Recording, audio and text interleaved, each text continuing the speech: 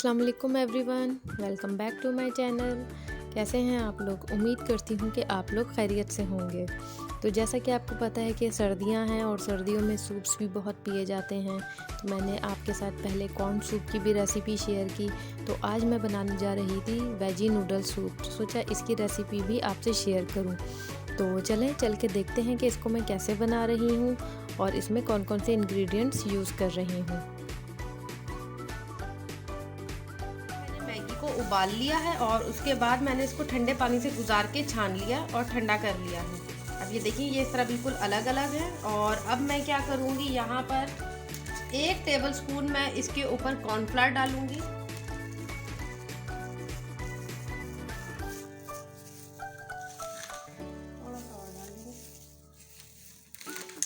और अब मैं इसको हाथ की मदद से इस तरीके से मिक्स कर लूँगी। अगर मुझे लगा कि और ज़रूरत है कॉर्नफ्लावर की तो मैं इस पर थोड़ा सा और डाल लूँगी। अब यहाँ पर मैंने एक पैन में तेल को गरम कर लिया है और इसमें मैं ये जो नूडल्स हैं इनको थोड़ा थोड़ा करके ऐड करूँगी इस तरीके से।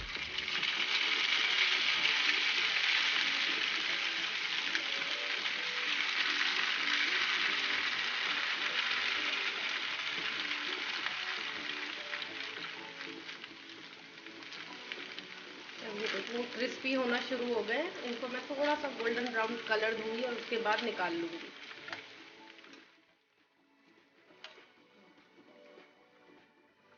अब ये देखें ये नूडल्स फ्राई हो चुके हैं और इस पर हल्का सा कलर भी आ गया है।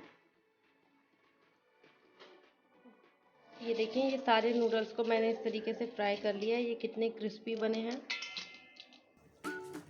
सबसे पहले एक पैन में मैं 1 टेबलस्पून के करीब ऑयल डालूंगी, ज़्यादा ऑयल नहीं डालूंगी। इसके साथ ही मैं यहाँ पे ये लहसुन डाल दूंगी जो मैंने चॉप करके रखा था। इसको इस 1 टेबलस्पून में बस हल्का सा फ्राई करूंगी। अब यहाँ पर ये लहसुन जो है हल्का सा गोल्डन ब्राउन हो चुका है और अब मैं इसमें वेजिटेबल्स ऐड करना शुरू करूंगी। सबसे पहले मैं यहाँ पे बंद गोभी ऐड करूंगी जो मैंने बारीक बारीक कट करके रखी है। इसके साथ ही यहाँ पर मैं गाजर और शिमला मिर्च ये भी मैंने बारीक बारीक कट कर लिया था, ये दोनों ऐड कर दूंगी। यहाँ पर ये सब्जी को मैंने हल्का हल्का सा फ्राई कर लिया है और अब मैं इसमें यखनी ऐड करूंगी।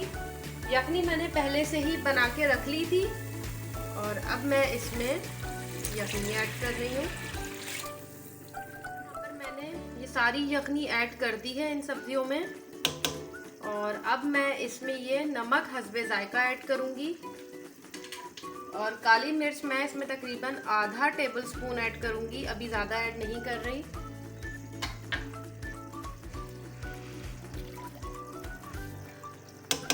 अब मैं 10 मिनट तक ढककर इसको पकाऊंगी सब्जियों को, ताकि अच्छी तरह से सब्जियां भी हमारी इसमें नरम हो जाए और सब्जियों का अर्क भी सारा इस यखनी में आ जाए। अब ये देखें सब्जियां इसमें अच्छी तरह से पक गई हैं। इसको मैंने तकरीबन 10 से 15 मिनट तक पकाया था यखनी को सब्जियों के साथ और अब मैं इसमें बाकी चीज़ें ऐड करूँगी।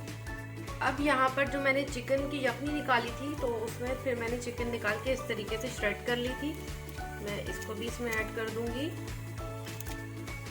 इसके साथ ही यहाँ पे ये बॉयल कॉर्न्स हैं ये भी मैं इसमें ऐड करूँगी। ये ऑप्शनल है, अगर आपके पास हो तो आप इसमें ऐड कर दें। अब यहाँ पर जो मैंने नूडल्स उबाले थे तो उसका जो पैकेट का मसाला होता है वो भी मैं इसमें ऐड कर रही हूँ, क्योंकि इससे भी फ्लेवर बहुत अच्छा आता है।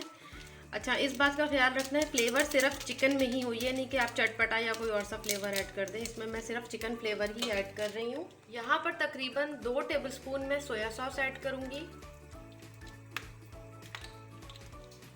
और 2 टेबलस्पून यहाँ पर मैं चिली सॉस ऐड करूँगी। सिरका मैं यहाँ पे नहीं ऐड कर रही, आप लोग चाहें तो ऐड कर सकते हैं। अब यहाँ पर इसमें मैं अंडे ऐड करूँगी जिनको मैंने बीट करके रख लिया था और इसको मैं एक साथ नहीं ऐड करूँगी, ये थोड़ा थोड़ा करके ऐड होगा इस तरीके से।